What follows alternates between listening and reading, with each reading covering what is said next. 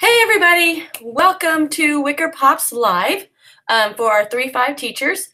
Today we're looking at setting students up for success, and we're going to do a couple of strategies that you could use in your classroom very next day or during these last couple of months as we're closing out the year to get our kids ready for next year.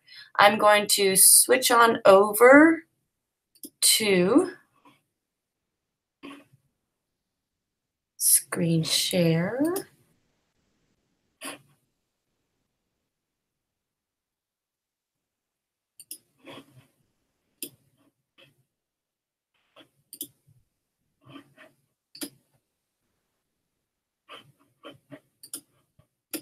Okay, we are ready to go. So developing student success skills. Again, these are today's strategies. We're going to be looking at grades 3 to 5. Yesterday, if you were on, you got to see pre-K through second grade. And you're going to see a lot of similarities if you watched yesterday's show.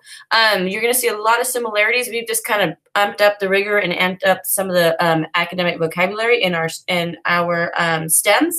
So moving right along into today's session, we're looking at language stems. Our theme throughout the components of WICOR is using the language stems to express thoughts and opinions, to communicate thoughts.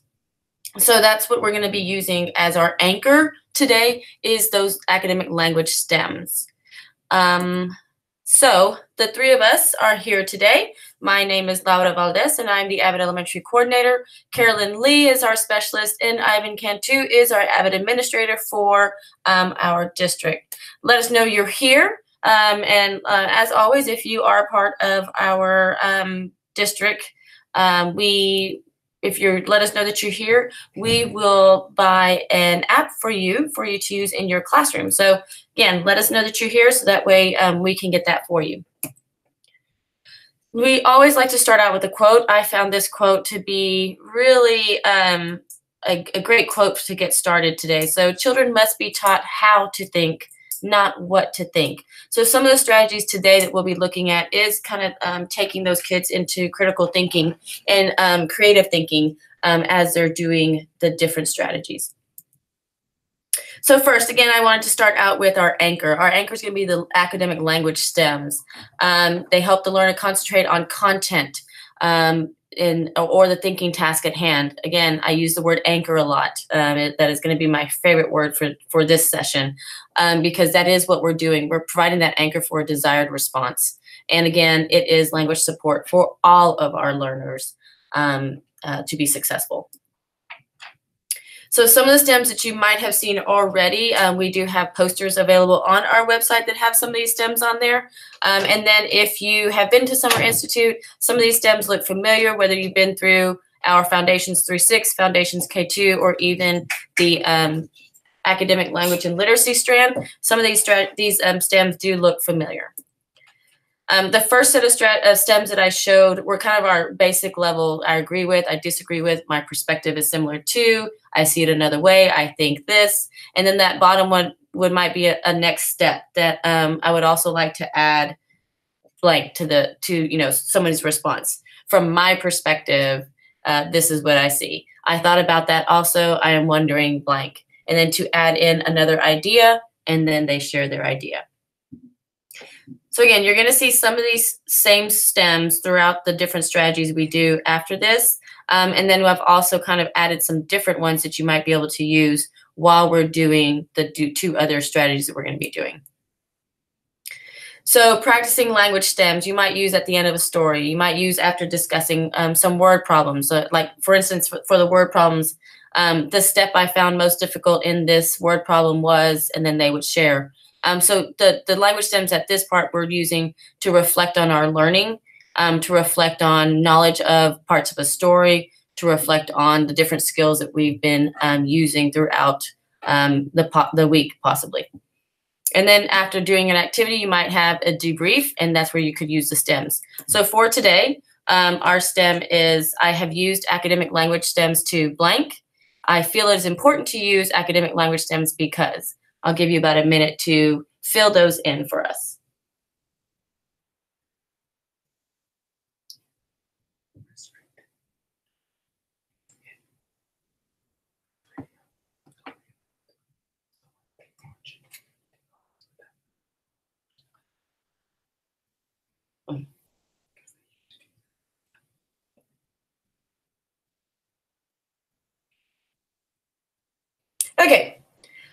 So hopefully you're able to complete that STEM and use that, continue to use STEMs as you debrief and ask children to share their reflection about what they've learned, what they've done. So our second strategy today is going to be playground speeches.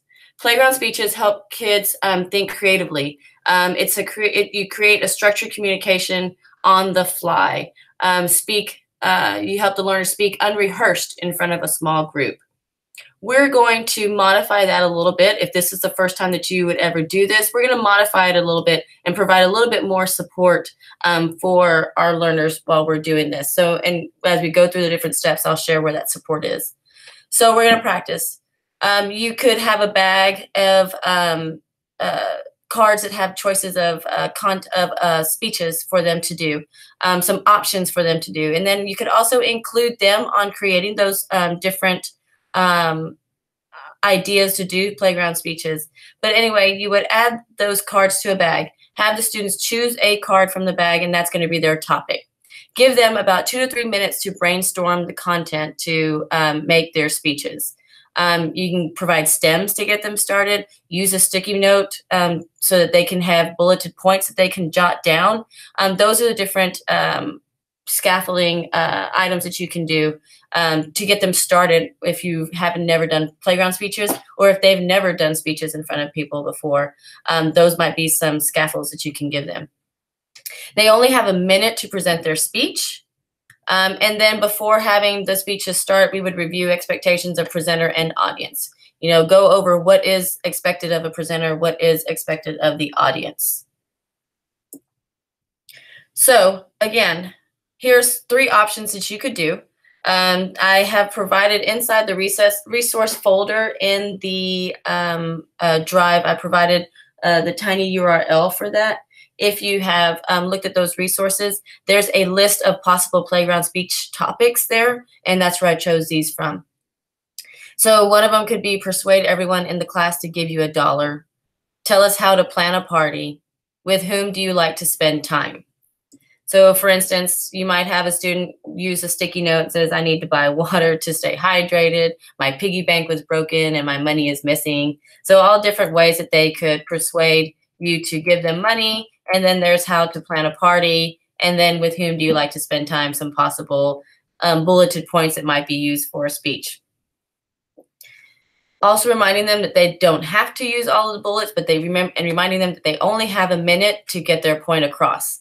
We're working on being concise with our language, we're working with our responses, and we're working on using academic language also to relay our messages for our speeches.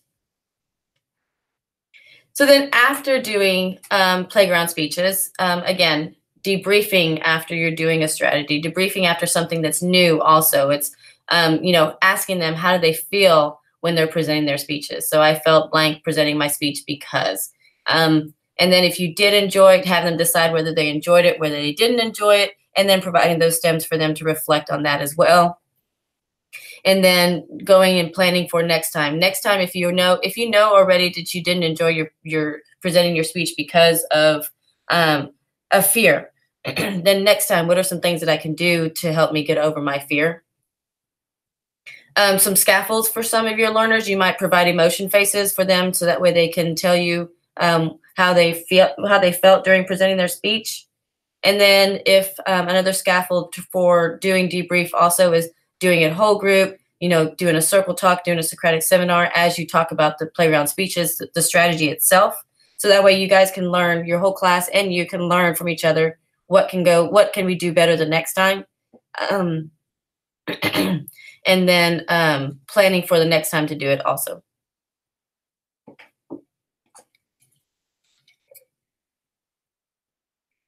Okay, moving into our third strategy, would you rather. Yesterday when I shared would you rather with the pre-K2 teachers, it was as a starter, as a springboard into moving into philosophical chairs when they get into 3-5. If you've never done philosophical chairs, this is a great way to start. But even if you have done philosophical chairs, the would you rather is a good on-ramp to formulating opinions, to understanding different points of views, to supporting our students' ability to reason and think critically. So you can still do would you rather. What we're going to do today is add a layer of a written reflection before moving into actually deciding and doing the would you rather activity. Again, if you've never done either would you rather, or if you've never done philosophical chairs, we model first, and then release it to the students. So telling the students that you're going to have a choice between two options. We're going to give you some time to think of as many reasons for why you have a decision and why that decision makes sense to you. We're going to record our reasons on a 2-column chart, and then you're going to choose your option and record that at the bottom of the chart. It is on a handout that looks like this. Again, it's in the resources in the folder that the tinyurl.com/WPOPMAR, and it's all in all caps. I will share that tiny URL again at the end, so that way you have that resource. This looks similar to the philosophical chair's reflection. You simply give the two sides, and they can give pros and cons for either option. And then at the bottom, they decide on an option, and then defend that option. Why did they choose that side? Okay, again, you're going to provide two options to choose. They're either going to go to the right of the room, to the left of the room. They're going to record reasons for both sides, choose an option, stand on that side of the room, and then share reasons for choices. So today's options are: would you rather spend the day on the beach or in the snow? So I'll give you a couple of minutes to give me reasons for both sides on recording on that 2-column chart. And then we'll come back and close out this strategy.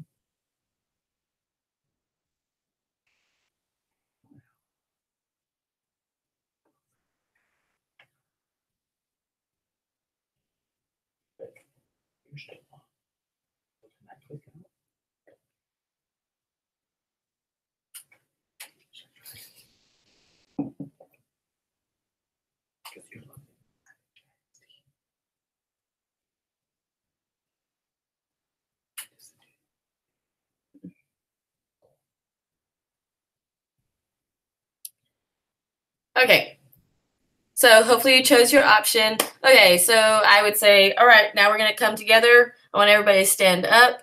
On my right side, I want everybody who chose in the snow to go to that side of the room, and then on the left side, on the beach, if you chose on the beach.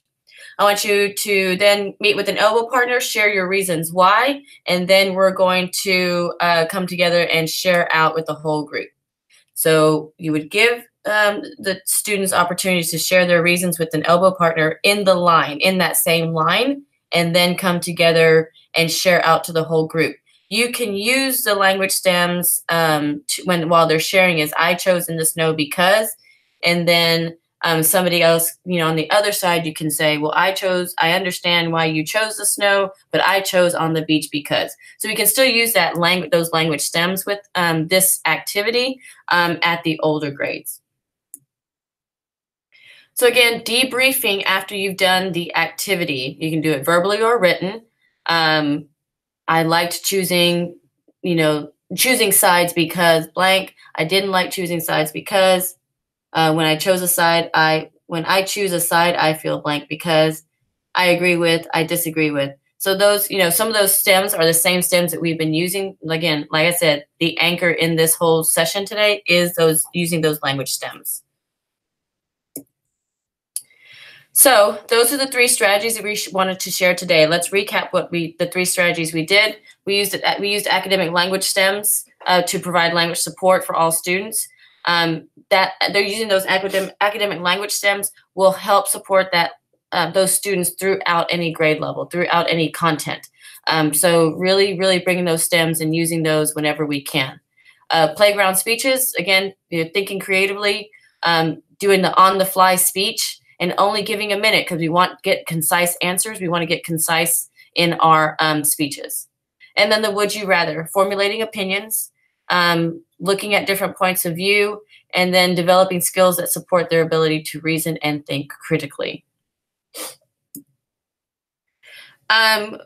If you need some support, if you are in our district, if you need some support, you can just click on this QR code, use your camera, get on the QR code. It leads to a Google form where it has some options on what kind of support you need. If you are outside of our district, we do have other resources, and if you use this QR code, it'll still take you to the form where you can fill out what kind of resources you would like to borrow from us, and we can get back to you on how to get to those resources, and if we can send you something, we can.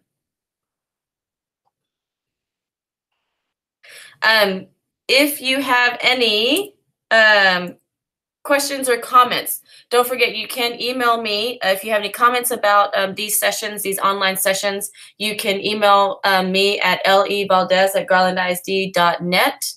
And then or you can contact any of us on the team. We thank you for joining us this afternoon. And it appears that we cannot see comments right now. You can't do the live chat, but we will work on that because we would like to hear from you as we're doing these sessions. I believe afterwards you can make comments and like on the bottom, but during the chat is what we're going to work on, because I know we want to hear questions and stuff as we're going through the chat. Again, thank you very much for joining us. We hope to see you next month when we do our next set of sessions, and we're looking at research and one-pagers. So we look forward to seeing you next month, sorry. Have a great afternoon. Thanks.